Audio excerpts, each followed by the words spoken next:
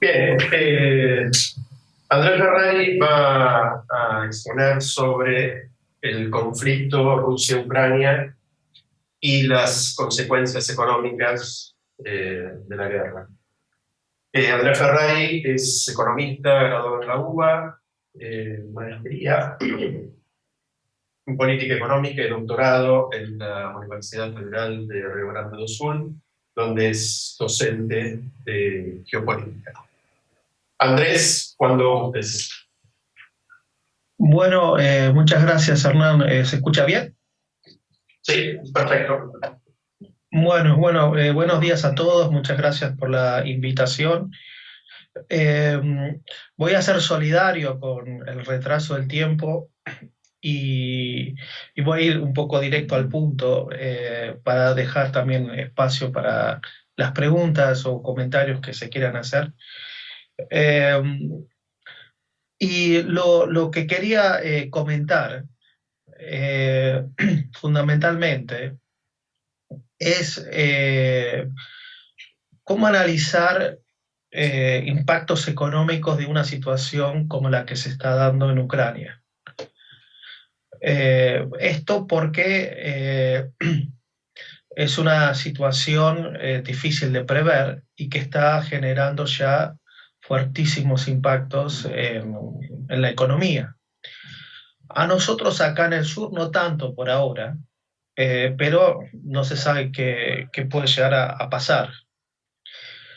También está la situación de cuando comenzó esto, en febrero, este conflicto ya mayor, ¿no? Porque ya tiene una historia larga.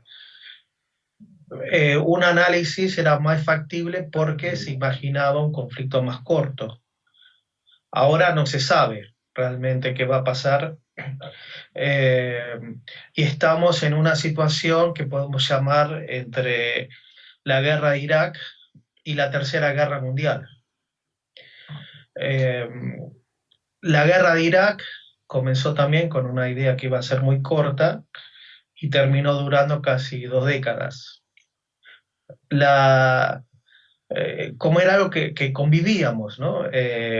Nosotros también, acá en el sur no tanto, en otras partes evidentemente mucho más. Adicionalmente, tenemos la situación que una tercera guerra mundial está en pauta con algunos anuncios asustadores en relación al uso de armas químicas o nucleares, perdón, de armas nucleares, ¿no? Entonces, nuevamente no sabemos si va a llegar a ese punto. Evidentemente, si llega a ese punto, estaríamos en otra dimensión. Pero también nos coloca el argumento de que porque hay armas nucleares, podemos estar en una nueva forma de Tercera Guerra Mundial eh, que no llega a explicitarse como las dos anteriores.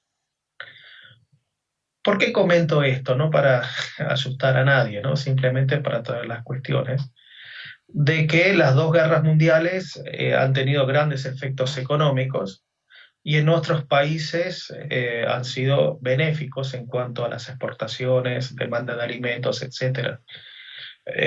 Y eso ya se está dando, ¿no? El precio de los alimentos está creciendo un montón y todos sabemos que hay una cuestión de energía que está creciendo mucho. En Europa ya la gente eh, está calculando que sus gastos de energía se van a duplicar, triplicar, cuatriplicar, pero en realidad nadie sabe, ¿no?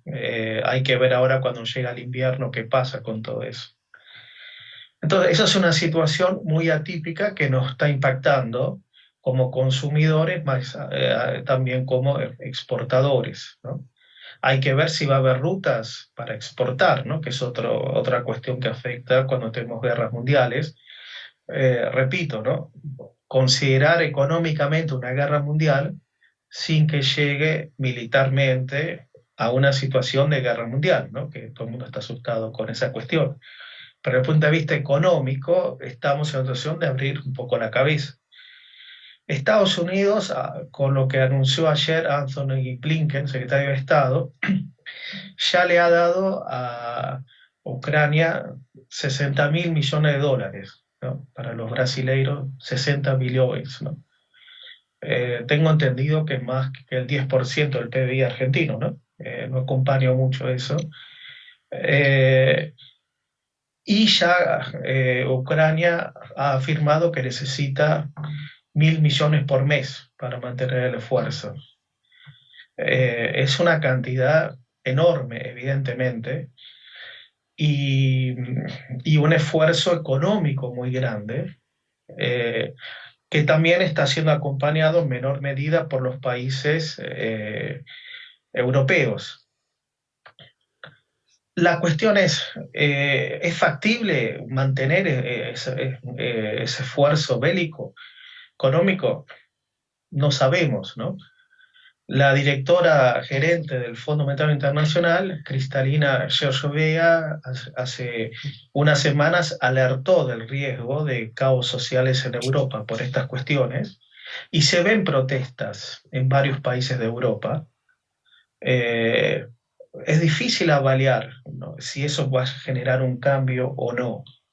Entonces, eso puede cambiar el escenario y ahora este cambio hay que seguirlo rápidamente por una cuestión del invierno, ¿no? De pasar el invierno, eh, donde esta cuestión se suma a unas 4 décadas, 3 décadas de neoliberalismo que ya ha dejado antes de la guerra y antes de la pandemia, ya ha dejado personas muy empobrecidas, tanto en Europa como en Estados Unidos, como que se presentan datos británicos como ejemplo, que unas 6, 7 millones de personas tienen dificultades diarias para comer.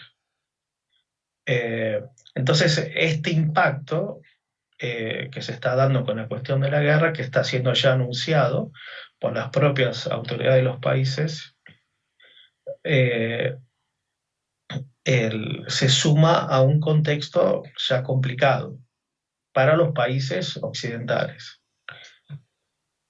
Y después, si continuamos un poco con este intermedio, tanto si se trata, digamos, de una guerra de estas nuevas interminables, como las llaman en Estados Unidos, nueva, como la de Irak, o en camino a una tercera guerra mundial, que todo el mundo espera que no llegue a su punto máximo, ¿no? Con las armas nucleares, ¿no? Que para los que no saben, hoy las armas nucleares son infinitamente más poderosas que las bombas atómicas que tiró Estados Unidos sobre Japón.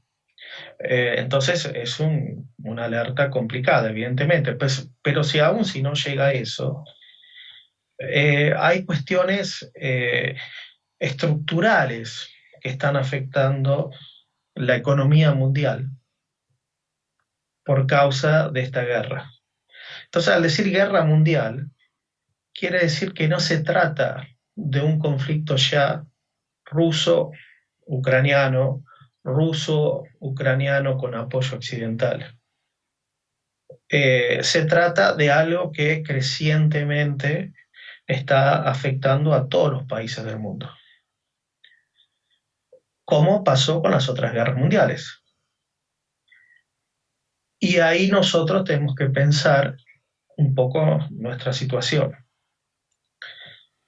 Aquí se hace difícil el análisis por la siguiente razón. Se trata de cuestiones de poder entre los contrincantes, pero los argumentos son morales. Los argumentos que llevan al conflicto son morales. Entonces, ¿cómo aplicar argumentos morales para un análisis que tiene que ver con el poder? Entonces estamos muy afectados en analizar moralmente algo que se está definiendo por una cuestión de capacidad de poder. Capacidad de poder incluye lo militar, incluye lo económico, incluye lo cultural, incluye lo que podemos llamar unidad nacional, ¿no? Cuánto las sociedades están dispuestas a soportar estos esfuerzos, incluye también la diplomacia y los otros grupos que están relacionados como países que se van posicionando. En base a esas cuestiones, podemos considerar una tercera guerra mundial. Repito, no estoy usando esto para asustar o dramatizar, simplemente para poder analizar, ¿no? Inclusive el impacto económico. ¿Por qué? Porque los argumentos morales occidentales están siendo fuertemente cuestionados por los países no occidentales. Ahí nosotros estamos en conflicto porque no somos ni bien occidentales ni bien no occidentales, ¿no? Y nosotros me refiero inclusive a los amigos brasileños que tengo acá y están presentes ahí, ¿no? ¿Qué somos nosotros, no? Ahora se nos plantea algo, ¿no? Pero en Asia, en África, acompañando, como hago cotidianamente, lo que ellos dicen, ¿no? Que no importa si son verdades, ¿no? Si estoy de acuerdo, más lo que ellos dicen, es que los argumentos occidentales no son creíbles. ¿Por qué? Porque tienen una historia larga donde no les creen, donde tuvieron otra experiencia, etc. Y más allá del juicio de valor que cada uno de nosotros haga, lo importante es lo que ellos piensan y el poder que tienen para enfrentarse. Entonces, por ejemplo, ¿no? Entre los países nucleares, Pakistán, India, China están con Rusia. Y Japón e Inglaterra están con Estados Unidos. Francia e Inglaterra están con Estados Unidos. Eso es objetivo, ¿no? El discurso occidental ha aproximado no solo a China con India, no solo a China con Rusia, inclusive ahora se está hablando de Pakistán con India, que es la gran rivalidad que era siempre difícil de resolver en 80 años prácticamente. Por lo tanto, repito, no es un juicio de valores, cómo se posiciona el poder que tienen.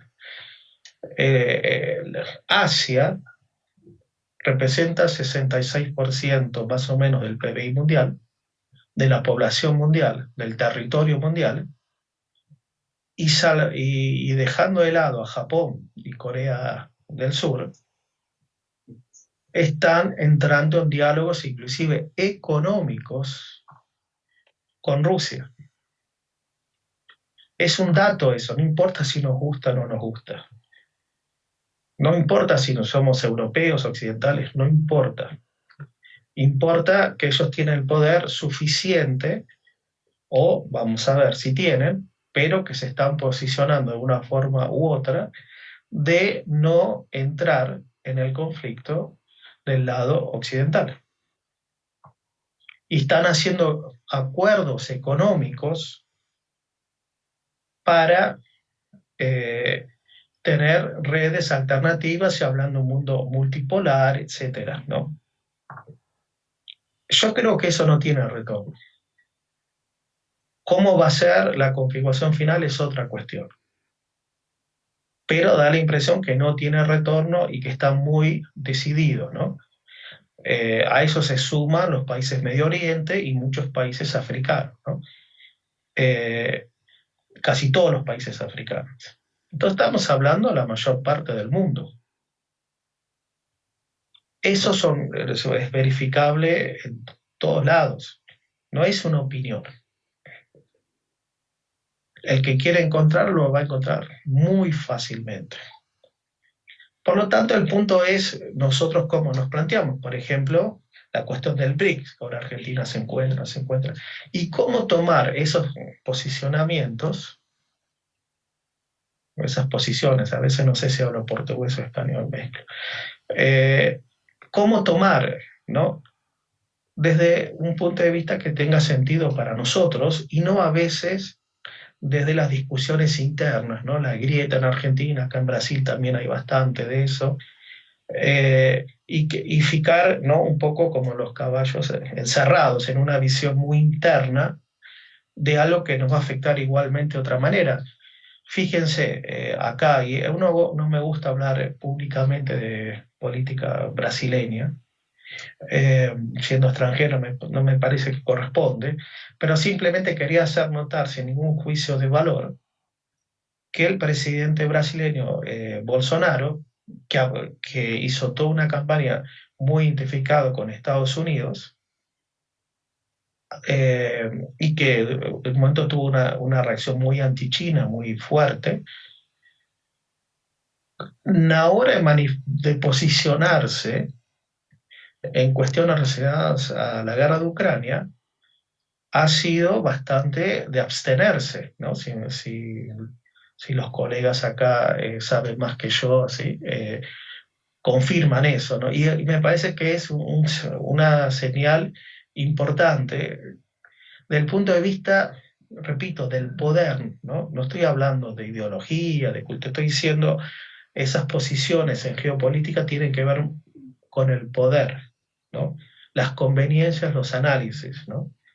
Eh, por lo tanto, la apertura del BRICS que se da no es el BRICS anterior, ¿no? Es, queremos ser parte de un nuevo grupo de polarización que plantea otro diálogo que nos da una entrada o no queremos. ¿Cómo nos afecta económicamente? No estoy diciendo la respuesta, estoy diciendo la pregunta que creo que tenemos que analizar, ¿no? ¿Cómo vamos a tratar eso? ¿Vamos a tratar eso a nivel nacional o podemos recrear, por ejemplo, un foro como el Mercosur para plantear eso, ¿no? ¿De qué se trata? Tampoco sabemos muy bien de qué se trata. Ahora, los líderes de esos países que están propiciando eso están anunciando una nueva orden mundial. Y son países fuertes, tanto en producción de exportaciones, de demanda de importaciones, de recursos naturales, de alimentos, etcétera, etcétera, etcétera, ¿no? Entonces la respuesta no es mía, porque si no sería contradictorio a mi análisis, ¿no? La cuestión de poder, ¿no? Entonces estoy trayendo para pensar esa cuestión de algo que va a afectar la economía, porque cuando se dan situaciones como la de esta, la economía queda a merced de el poder de los estados, ¿no? No existe libre mercado. Tanto que Danone acaba de anunciar que va a salir de Rusia y va a sufrir un costo de 700 millones de dólares. Altísimo. Entonces no es una lógica ya empresarial eso, ¿no? Es ser parte de un Estado donde eso en geopolítica se coloca más fuerte. Sobre eso, y para terminar, dentro de los impactos estructurales económicos que se están gestando o se pueden gestar, ¿no? Es un elemento que sí sería muy disruptivo, que es la pérdida del lugar central como moneda del dólar en el mundo. Estados Unidos en este año aumentó su deuda externa en $1 trillón. La verdad, eso sería en Estados Unidos, ¿no? En Brasil, 1 trillón, ¿no? En Argentina, ya un montonazo. Sí, 1 millón de millones, sí. Bueno, exactamente, ¿no? Desde febrero este año, ¿no? Y la deuda está un 108% del PBI, ¿no? No es de las más altas, ¿no? Japón tiene más del doble de eso, aunque se calcula que en los próximos 40 años 30 años puede aumentar a 180%, una cosa así, ¿no? No es en sí un análisis que es muy común dentro de una visión tipo ortodoxa de la economía, en sí una preocupación. ¿Por qué tiene la moneda internacional? ¿Qué quiere decir tener la moneda internacional? Lo que se llama en economía el poder de señoriaje.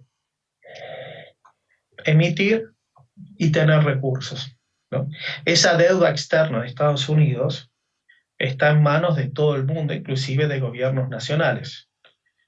O sea que Estados Unidos emite con un costo bajísimo, prácticamente nulo, digamos, ¿no? Gratis, y consume. Si Estados Unidos fuese a perder esa posibilidad, estamos hablando de una mudanza estructural tremenda. Y ahí quiere decir que todos estos gastos no los puede hacer, porque ¿cómo hace Estados Unidos estos gastos? Emitiendo, punto. Y no lo hace de ahora, lo hace desde 1970 y en forma creciente, ¿no? Con algunas fluctuaciones, pero una tendencia creciente. Entonces el punto que quiero decir es este. Rusia, China, India, Irán, países con economías grandes o dueños de recursos naturales fuertísimos, importantísimos, etcétera, están hablando, están negociando, están haciendo acuerdos concretos de comercio, de deuda de un país al otro en sus propias monedas. Están creando un sistema, ya existe, ¿no? Pero siempre existió, pero eran pequeños. Están creando sistemas de pagos internacionales alternativos al dominante, que es el SWIFT, dominado por Estados Unidos. Y no solo lo están haciendo por una cuestión de esta confrontación o nuevo orden mundial, sino ¿por qué? Porque la estrategia de Estados Unidos ha sido, en las últimas décadas, usar ese sistema de pago internacional a través del dólar para sancionar a países que no están de acuerdo. Entonces, con eso, ¿no? Entonces, para salir de ser punidos, es que buscan estos sistemas alternativos. Si eso realmente sucede, estamos hablando, repito, países que tienen peso significativo en el PBI mundial, en la población mundial, en el comercio mundial, empezando por China e India, ¿no? Que son dos países con más de 1.000 millones de habitantes. Evidentemente estamos hablando de un nuevo mundo generado, ¿no? En ese sentido es que yo traigo la cuestión de la Tercera Guerra Mundial, ¿no? De los efectos económicos que puede llegar este conflicto, que por las declaraciones de los líderes occidentales no parece que va a terminar, por lo menos brevemente. Muchas gracias.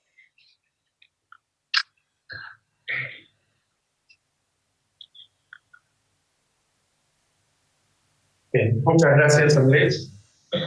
¿Preguntas? ¿Vos no ibas a agregar algo? Yo iba a preguntar, pero si hay preguntas... Entonces preguntá vos. Bien. Seguimos. Yo tengo una pregunta como para ampliar lo que dijiste. ¿Crees que hubo un error de cálculo, o sea, una mirada más de corto plazo en Estados Unidos en el sentido de quedarse con el fruto del comercio del gas, por ejemplo, vendiéndoselo a Europa, desplazando a Rusia? O sea, como que hubo alguna especulación de corto plazo y que esto puede haber salido mal en términos de que puede haber sido el inicio de un reacomodamiento de poder que quizás en los cálculos americanos era imposible. No, no creo, Hernán, y te digo por qué. Porque esto tiene una gestación muy larga. muy larga, inclusive puede ser desde la caída de la Unión Soviética, y es parte de un movimiento, de una visión de mundo de Estados Unidos, eh, que la podemos llamar de puertas abiertas, ¿no? De expandir continuamente su presencia en el mundo. Es una dinámica que está presente, podemos considerar, desde la independencia. Eh, Algunos hablan de, no solo algunos hablan, ¿no? Para ser más concretos, ¿no? Rusia habló en Naciones Unidas, denunció a Estados Unidos de querer hacer una doctrina Monroe global, que es algo que también se habla desde hace un siglo, digamos, ¿no? Eh, por lo tanto, acá están en juego cuestiones de poder, de expansión de poder, de proyectos de poder, que en el fondo es el sistema en el cual nosotros vivimos, desde, por lo menos desde que Colón pisó este continente. Eh, si vemos este tipo de conflictos a lo largo de estos 500, 600 años, vamos a ver que son cotidianos, ¿no? Aunque hasta que no afectan parece que no existen. Pero el que los estudia sabe que existen. Como acabo de decir, la guerra de Irak duró 20 años. Nosotros no tenemos tanta noción qué significa 20 años la guerra de Irak, porque fue en Irak, que es lejos, que no está relacionado con nosotros. Ahora, si esa guerra hubiese durado 20 años en Paraguay, por ejemplo, sabríamos que duró 20 años. Otra pregunta, porque hablaste de los argumentos morales contra el poder. Me gustaría que, o sea, yo porque conozco tu pensamiento, pero que seas un poco más explícito acerca de cuáles son esos argumentos morales que suele usar Estados Unidos en este tipo de intervención. Bueno, por ejemplo, antes de ayer, el editorial de Washington Post directamente colocó, sí, hay que intervenir en Haití para traer democracia al país. ¿Qué país acredita en que una invasión de Estados Unidos trae democracia? Si yo no soy juez, no importa lo que yo piense, ¿no? O lo que pensemos cualquiera de nosotros.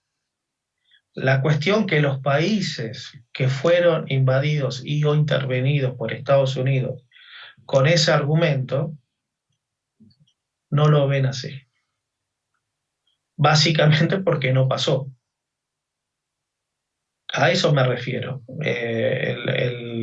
Si alguien cree que esta cuestión en Ucrania tiene que ver con democracia, con respetar las fronteras de un país, la soberanía, etcétera, que Rusia no ha hecho, no son los países, en su mayoría, no occidentales. Si vamos a Naciones Unidas, a veces que parece que no son tantos porque Europa tiene muchos pequeños países, ¿no? Si los tomamos en función de la población mundial, del territorio mundial, del PBI mundial, estamos hablando por lo menos del 70% de la humanidad. Andrés, hay una pregunta de alguien por internet. Sí. ¿Le das el audio o no le das? ¿Yo? Ah, ahí está. Marlon, Perfecto. escúchame. Andrés, un gusto oírlo porque es una cuestión que es actual, necesaria, seria, muy importante para nosotros. Incluso nosotros que estamos hablando sobre alimentos, la producción alimentaria del mundo. Y esto es fundamentalmente involucrado con los argumentos morales que tú hablaste. O sea, el mundo necesita esta guerra, este conflicto, no solo es un conflicto militar, económico, pero también un conflicto que afecta aspectos morales, sociales, culturales. Esta es una verdad. Bien, y me atrevo a responderlo, a contestarlo cuando nos pregunta quién somos.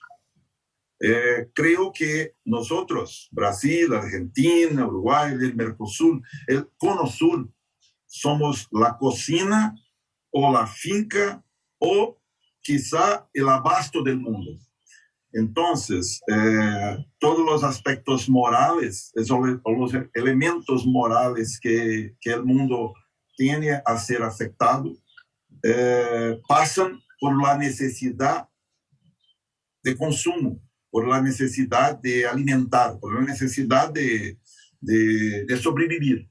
Entonces, la importancia, pienso yo, de una forma muy sencilla, pienso yo que estarmos en un bloque común, un bloque uno, para producción de comida, incluso una comida con avances tecnológicos en procesamiento o en la producción, es necesario. Entonces, el mundo necesitará siempre de esto. Ahora, es una lástima si los conflictos sean en nuestras fronteras. Esto que me preocupa, porque no debemos sufrir de esta forma en conflictos particulares, porque en una tercera guerra, como tú dije, es una gran posibilidad de que bloques unitarios se posicionen de forma diferente. Es una lástima, pero una contestación muy simple que pienso es que debemos trabajar pensando que somos nosotros la cocina o la finca o el abasto del mundo. Por lo menos esto. No sé si es un pensamiento muy sencillo y gustaría de oírlo sobre esto. Gracias. Muchas gracias, Marlon, por tus consideraciones. No me siento contestado, inclusive porque coloqué la pregunta de una manera retórica también. Quise decir simplemente que cuando se considera en geopolítica la cuestión del poder, entonces tenemos que decir, ¿por qué ahora es diferente que el pasado? Si en el pasado los países no occidentales también se sentían así, porque ahora tienen poder para actuar diferente. Esa es la cuestión, ¿no? Entonces ahí donde los argumentos morales pasan a un segundo plano. Por otro lado, hay un famoso general prusiano, Clausewitz, que luchó contra Napoleón, que escribió un libro famosísimo que se llama Sobre la guerra, que él dice así que la guerra es la política por otros medios, ¿no? Y la diplomacia es un poco la guerra por otros medios, la geopolítica por otros medios, ¿no? Entonces yo coincido plenamente con tus apreciaciones, y jerárquicamente esto nos tiene que mostrar, es un poco el despertar de cómo funciona el mundo de verdad, donde la economía está en un plano inferior a la política, ¿no? No al politicaje, como dice en Brasil, a la politiquería, ¿no? Me refiero a las visiones políticas, ¿no? A los proyectos. Hegel decía, ¿no? Que cuando no hay guerra, cuando no pasa la guerra, todo el mundo se olvida, ¿no? Esquece que está ese mundo. Cuando ve la guerra, ahí se da cuenta de que esto es pequeñino al lado del otro, ¿no? No estamos hablando de guerra, no estamos hablando yo, ¿no? Lo están diciendo ellos cotidianamente. Tenemos que evitar una guerra nuclear, ¿no? Vale la pena tener guerra nuclear, lo están diciendo ellos, ¿no? Los que tienen la capacidad de apretar el botón. Yo no tengo esa capacidad, todo lo que yo diga no es importante. Entonces sí, la diplomacia es fundamental para nosotros. Por eso que yo veo con gran preocupación en los dos países estas grietas, estas divisiones que hay, que impiden un poco el diálogo, que un punto en común, porque es como uno queda así, pum, ¿no? Llega un golpe tremendo y ahí ya es como más complicado, ¿no? Como digo, hasta ahora no nos ha afectado fuertemente como en otras partes del mundo, sí está afectando fuertemente, inclusive en Europa, ¿no? Porque uno está acostumbrado, ¿no? Al mundo lejos, como decía Susanita, ¿no? Una amiga de Mafalda, ¿no? Que leía el diario y decía, qué suerte que el mundo queda lejos, ¿no? Hoy ya no es tan así, ¿no? Entonces no sabemos cuándo nos va a afectar y cómo nos va a afectar. Me parece difícil que no nos afecte, sobre todo si sigue. Y el tema del alimento es clave, inclusive moralmente, para posicionarnos, porque para empezar, el mundo convivía ya con 700 millones de personas pasando hambre agudo, ¿no? A eso se le sumó estas intervenciones occidentales que existen y existieron. Por ejemplo, Naciones Unidas dijo, no soy geo, ¿no? Naciones Unidas dijo, y viene diciendo en forma preocupada, que hoy en Afganistán 95% de la población está en riesgo de hambre. Mirá si no estoy de acuerdo con vos, Marlon. 95%, de los cuales 45% en situación dramática. Naciones Unidas lo comentó hace unos meses. A eso se suma Somalia, Yemen, Etiopía, ¿no? Que están en situaciones también catastróficas, sin considerar el efecto de aumento de alimentos, corte de rutas comerciales por la guerra, etc., ¿no? Entonces ahí tenemos, evidentemente, una cocina importantísima en cuanto a eso. Pero no solo es, Marlon, también los recursos naturales, ¿no? Como el tema de Vaca Muerta, Bolivia, tiene el tema es que esos elementos, si nosotros no tenemos una posición de bloque conjunta, fuerte, pueden ser factores de conflictos, ¿no? Porque la historia muestra que en esos lugares la intervención externa comienza a generar grupos, peleas, disputas, esto que aquello otro, ¿no? Entonces, ahí un poco está la interpretación, por ejemplo, en Medio Oriente no les molesta que les caigan bombas en la cabeza o drones, etcétera, ¿no? O en África, ¿no? Como se decía, países falidos, ¿no? Que no tienen futuro, ¿no? Que no. Bueno, nosotros tenemos que pensar también que esos países son muy nuevos y muy artificiales también, ¿no? Todos los países son artificiales, para empezar, no es una discusión de ahora, pero para que sepan, ¿no? No existe un país natural así, ¿no? Artificial en el sentido que son proyectos políticos. El tema de los africanos y asiáticos y Medio Oriente es que fueron criados en una mesa en Europa, ¿no? Con un mapa, ¿no? Entonces eso generó un montón de conflictos y son todos países que nacieron básicamente desde 1960, ¿no? Y nosotros tenemos una historia mucho más larga de eso y sin esos conflictos. Brasil no, por su historia, Argentina sí, ¿no? Desde la independencia, ¿no? Hasta la consolidación del Estado Nacional, hubo muchas guerras civiles internas, ¿no? Conflictos. Todos esos países pasaron por eso, pero ahora están con otra madurez, sobre todo los africanos, buscando otra forma de diálogos y viendo que ellos tienen recursos naturales muy importantes. Entonces, el mundo está distinto, está cambiando, ¿no? Para mejor o peor no importa, porque eso sería un juicio de valor, no importa el juicio de valor, importa que ellos se están posicionando. Sí, Andrés, tenemos un par de preguntas más, pues, si no... Perdón, sí. Sí. Sí, una pregunta de Marcos Severiano. Dice, Rusia es uno de los mayores exportadores de petróleo del mundo y el mayor exportador de gas. Y si esta guerra continúa, ¿qué soluciones puede presentar Sudamérica para remediar los impactos en la economía local? Bueno, es que Rusia está usando esas fuentes también geopolíticamente. Entonces no tiene una política única. Tiene una relación distinta en relación a los países, cómo se van posicionando, ¿no? Por ejemplo, a Hungría le acaba de hacer una oferta buenísima, ¿no? de exportación de energía. Con India también le ha bajado el precio, ¿no?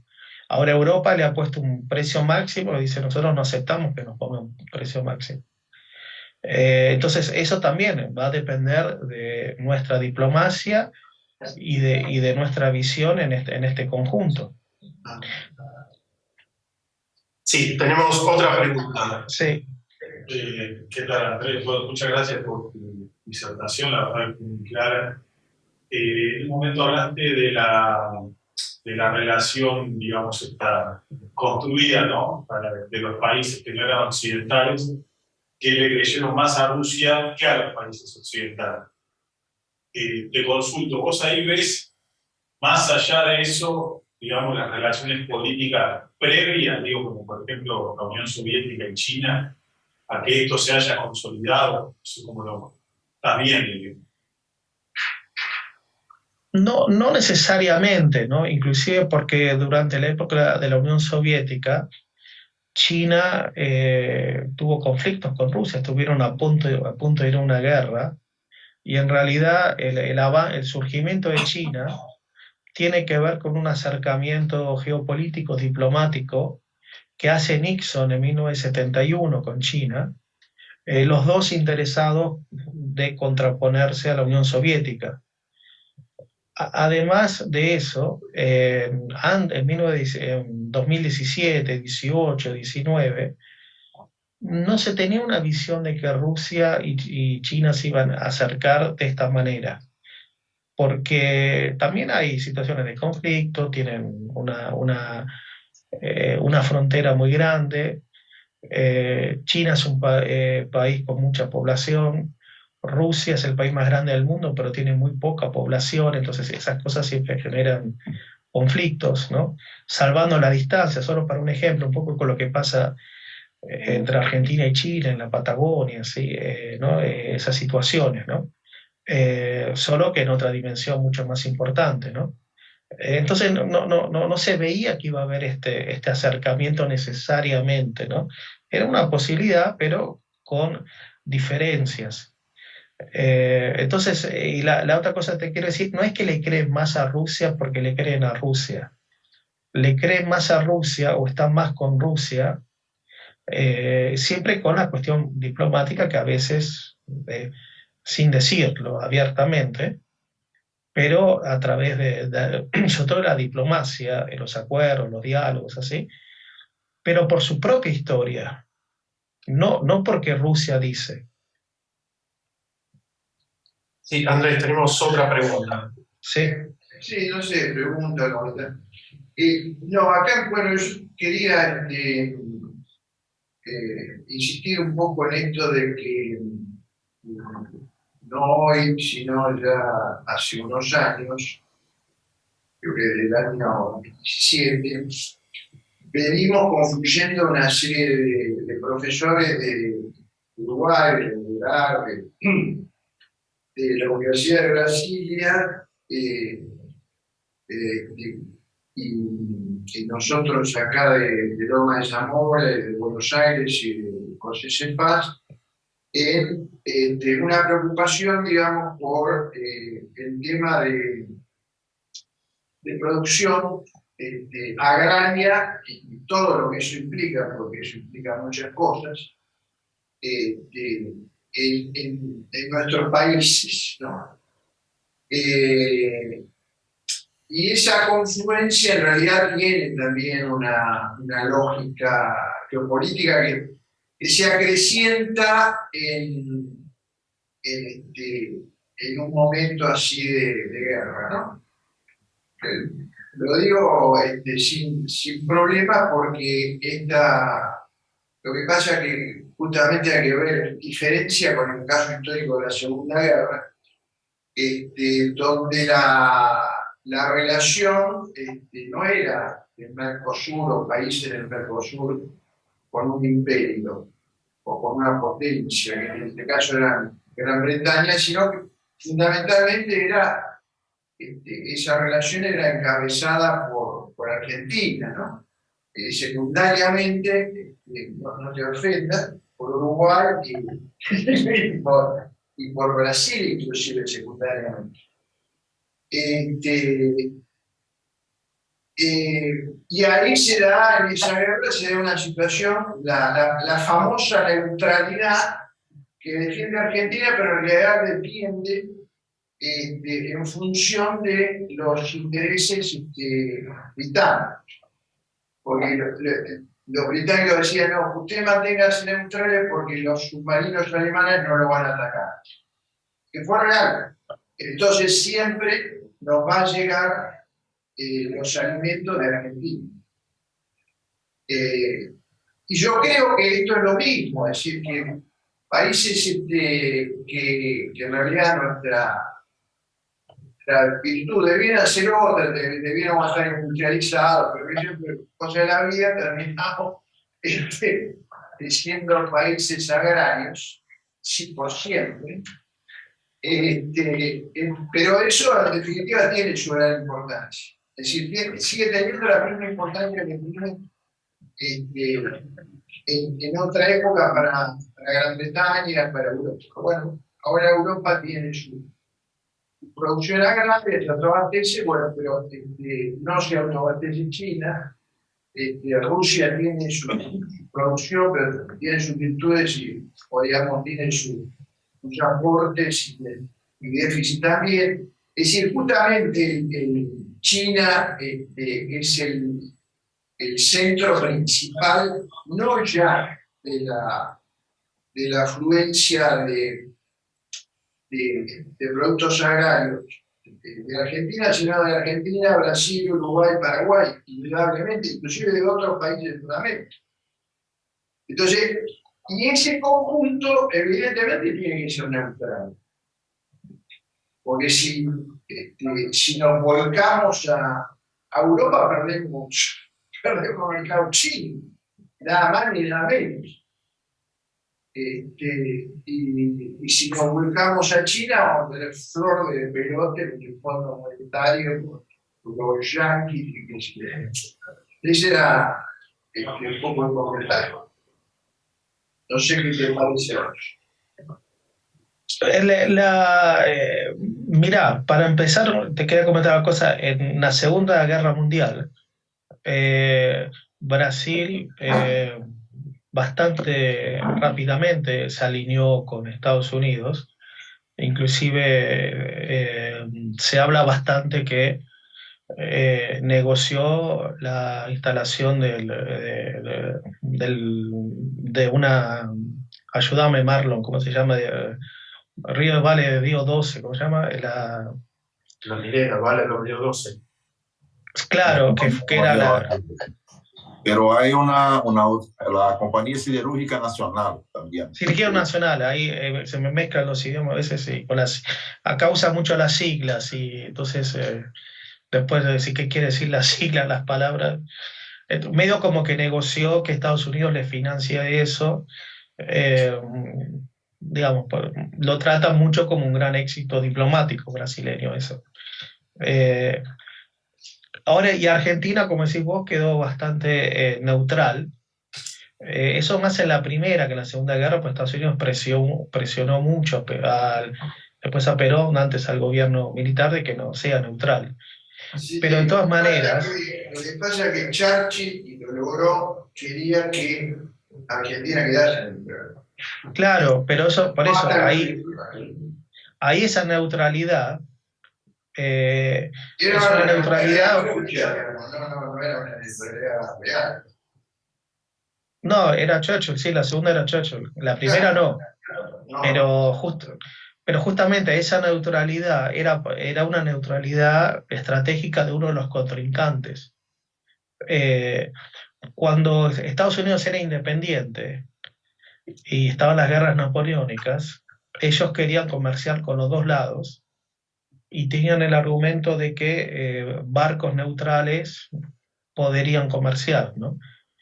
En consecuencia fueron atacados tanto por Francia como por Gran Bretaña, llevando inclusive a 1812 a declarar la guerra a Gran Bretaña por eso. Y después, tanto en la Primera Guerra Mundial como en la Segunda Guerra Mundial, Estados Unidos pretendió ser neutral con barcos neutrales, y por eso es que Alemania atacó el submarino en la primera y después Pearl Harbor en la segunda atacó Japón, porque era una forma de estar en la guerra. ¿Qué quiero decir con esto? Cuando se dan situaciones de guerra, sobre todo estas guerras así que son profundas, el argumento yo soy neutral depende de que los otros te lo quieran aceptar o no. Y no es una decisión, aunque parezca. Por eso digo que los argumentos morales no valen, ¿no? Como diciendo, según la Magna Charta de Estados Unidos tengo derecho. En la práctica no se comporta de esa manera la cuestión. Entonces, por eso que justamente la diplomacia nacional aislada en estos momentos es muy débil, ¿no? Tanto que ninguno la está haciendo, ¿no?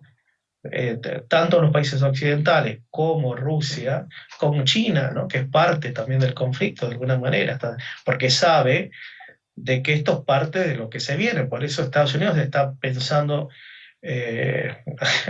abrir otro frente en Taiwán, ¿no? Cada tanto aparece, ¿no? Que van a entrar en Taiwán. Entonces, yo soy neutral.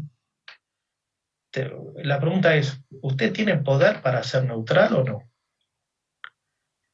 Si no depende de que los otros quieran esa neutralidad de los que tienen poder. Sí, lo que pasa es que lo que te decía, que la neutralidad argentina fue resultado de los ingleses. De los ingleses, entonces, tuvieron poder, digamos, para guerrear con Alemania y a su vez con Alemania acordar que tenían esa fuente de aprovisionamiento de alimentos. Y en el caso actual, digamos, un esquema parecido, digamos, de aprovisionamiento a uno de los lados, que acá evidentemente sería el lado chino en toda esa área, no tendría que ser en conjunto de una serie de países, lo cual es primero un acuerdo entre esos países y después ver entre los dos bloques de poder enfrentados, digamos, cómo se logra la inserción de ese bloque de países. Pero, digamos, ya un alineamiento de Brasil solo no sirve, o de Argentina solo no sirve. Es decir, tiene que dar algo como para negociar en forma conjunta todo el paquete de alimentos de los sudamericanos. No, exactamente. Lo que pasa es que los otros van a exigir un posicionamiento y una cuestión más amplia que lo meramente comercial si la situación llega a ese punto. Por ejemplo, Estados Unidos también está haciendo movimientos de juntar, digamos, las bases en América Latina en torno suyo, ¿no? Entonces, la cuestión es que va a depender poco de nosotros si los que tienen más poder no quieren. Eso ha sido la historia siempre. Nos guste o no nos guste, es la historia. Si está bien o está mal, bueno, está bien, es otra cuestión. Pero es así, está siendo así. En todos lados siempre fue así, y esa es la dinámica, a veces más bruta, más burda, a veces más suave. Y la situación es eso. Brasil, en realidad nosotros podemos pensar lo siguiente, ¿no? Individualmente todos estamos complicados, ¿no? Como si China está complicada, por eso que está. Otra vez, hace un par de meses se juntó el grupo de cooperación de Shanghái y fueron como 26 países. O sea, si China no puede aisladamente, nosotros menos. Eso es un dato. ellos están enérgicamente todos los días en acciones diplomáticas. Por Twitter ya se puede seguir, es solo seguir las cuentas oficiales de esos países y van a ver la cantidad de movimientos diplomáticos que se hacen por día en todos esos países. Está habiendo encuentros entre líderes recurrentemente. No es una opinión, es un hecho. Podemos abrir los ojos a esos hechos o no, pero se encamina para ese lado. Brasil, evidentemente, es un país que tiene más chances, aunque espero que no se me enojen mis nuevos compatriotas, mucho menos de lo que se pensaba una década atrás, ¿no? O sea, tiene condiciones estructurales para ser un país más importante. Tenemos que ver si internamente puede. Por eso que yo también hablaba de la parte interna nacional, ¿no? Estados Unidos, y ahora espero que Hernán me lo permita, ¿no? Hace unos años escribí un artículo en Página 12 comentando que los estadounidenses estaban convencidos que iban a tener una guerra civil en 5 o 10 años, ¿no? Y Hernán se molestó muchísimo conmigo, ¿no? Y yo le decía, ellos lo dicen, no soy yo, ¿no? Bueno, ahora están, para algunos, ¿no? por tener una guerra civil, ¿no? Es solo seguir las noticias de ellos, solo seguir Fox News, ver los diarios, Washington Post, New York Times. Ahora, yo no estoy diciendo que la guerra civil va a ser como aquella del siglo XIX. No sé cómo sería una guerra civil, pero hay una tensión muy grande y, por ejemplo, a veces no se manifiestan políticamente, pero sí socialmente, cómo son estos actos de las muertes masivas, ¿no? Antes de ayer, un chico, dicen que de 13 años, mató a 5 o 6 personas en uno de estos. Entonces, son todos unos elementos de grandes tensiones que están presentes.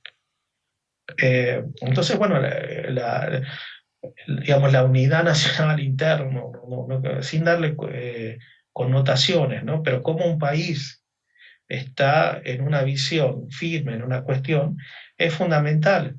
Y en esto los países no occidentales se están mostrando fuertes, ¿no? La otra vez salió que cayó las encuestas, el apoyo a Putin, de 89 a 77. Es más del doble del que tiene Biden, que están pensando si no es demente. 50-60% de los estadounidenses piensa que Biden es demente o no tiene capacidad mental para gobernar. Es una encuesta, no una opinión. Porque yo no estoy allá, yo no voto, yo no tengo injerencia allá. Es observar eso para decir, bueno, ¿qué puede pasar allá? Entonces, la cuestión también, volviendo al caso de Brasil, no sé qué va a pasar en Brasil. Tiene objetivamente más posibilidades, no individualmente, una relación meramente comercial, como mostró el Mercosur, si vos querés, en los 90, es muy frágil y puede cambiar rápidamente ¿no? con distintas mareas. Pero tampoco estoy seguro que Brasil va a poder, convengamos acá los brasileños, tampoco se está hablando mucho de esto en Brasil. No solo ahora, pues estamos entre las elecciones, pero antes tampoco. Bien, Andrés, muchas gracias. Ya estamos fuera de hora.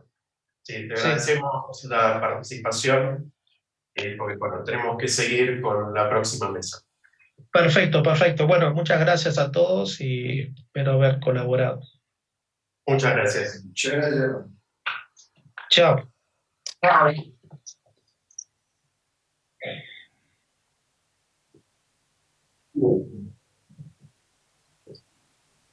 Sí, ¿qué hacemos ahora?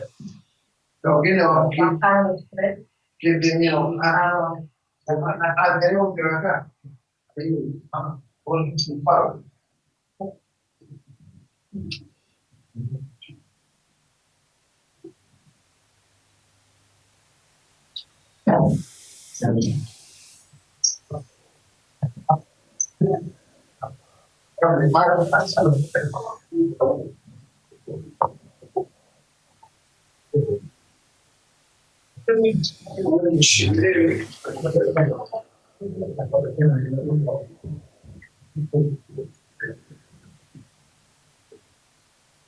Medio. Acá en medio, no, Hacemos la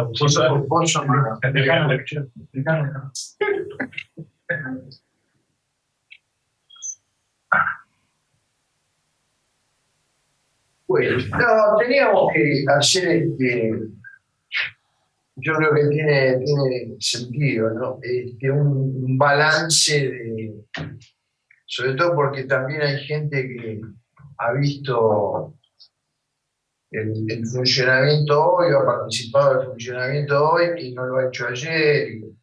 Es decir, creo que es importante transmitir un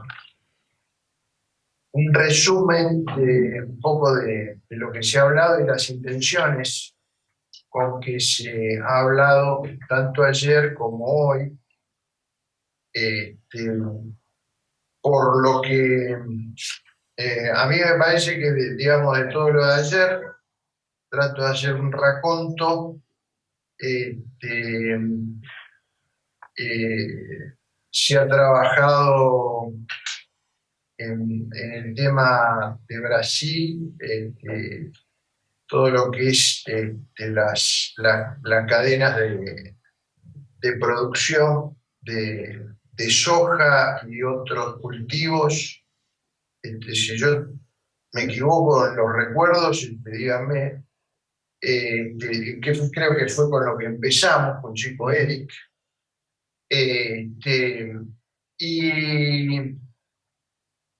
Y bueno, y después seguimos, me acuerdo también de otro muchacho brasileño que hablaba bastante bien castellano también, Gabriel. Es verdad, está el otro. Bueno, que te juntes vos porque bueno, y esta otra persona me acuerdo que hizo un planteo interesante.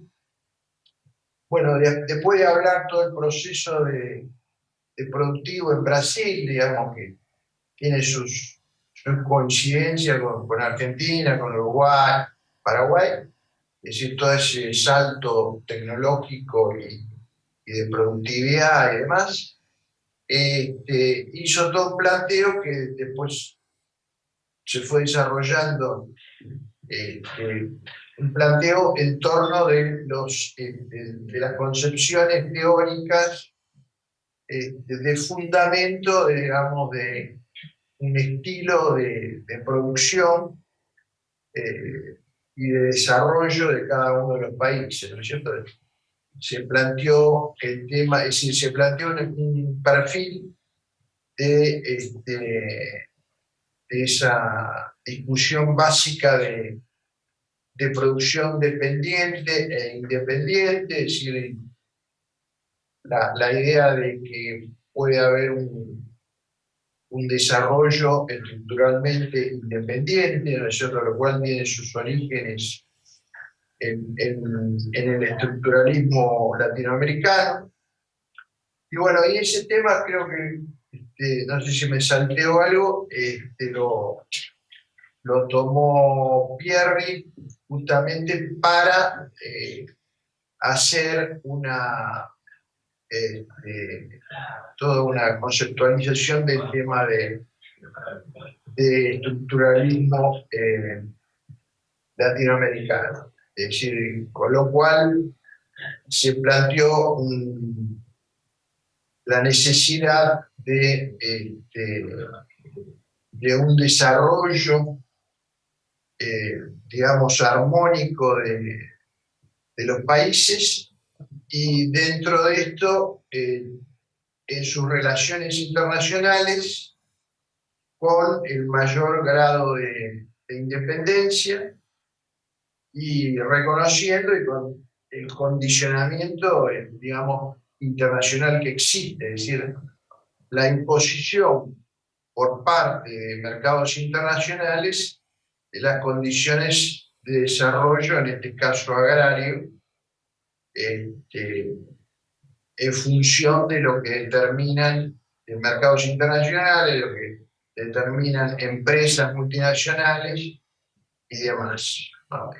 Digamos, y recorrió la bibliografía al respecto.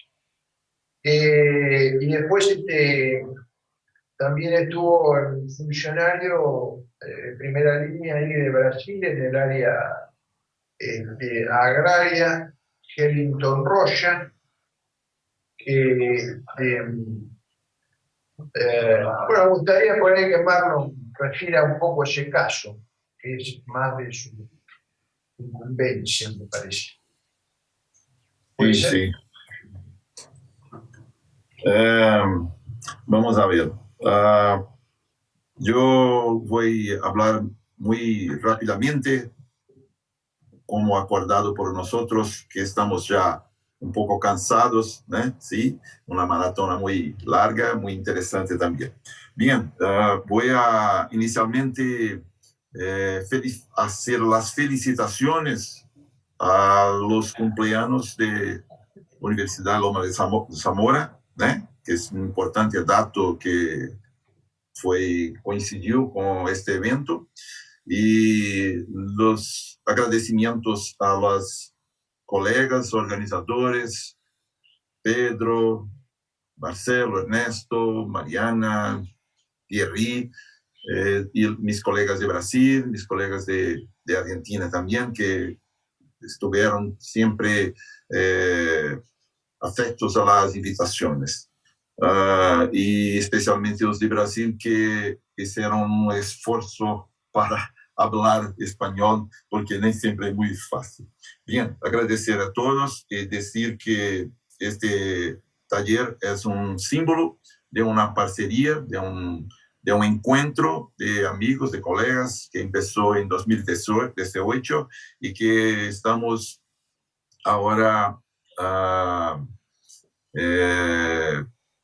en un punto de madurez muy elevado, pienso yo, de que algunas propuestas de trabajo están se transformando en realidad. Hay que hacernos un libro, hay que hacernos algunas publicaciones conjuntas. Estas son ideas, son propuestas, son realidades que creo que van a ser verdad en poco plazo. Y dejo aquí una proposición de un encuentro que tratamos específicamente sobre la cuestión de la dependencia, hasta que Thierry siempre está trayendo este asunto y vimos que es importante. Y bien, cerrando mi poco plazo, agradezco muy de corazón a todos ustedes y que vamos siguiendo adelante y ahora con un grupo, creo yo, más grande y más productivo que siempre fue nosotros, otros colegas ampliando este grupo.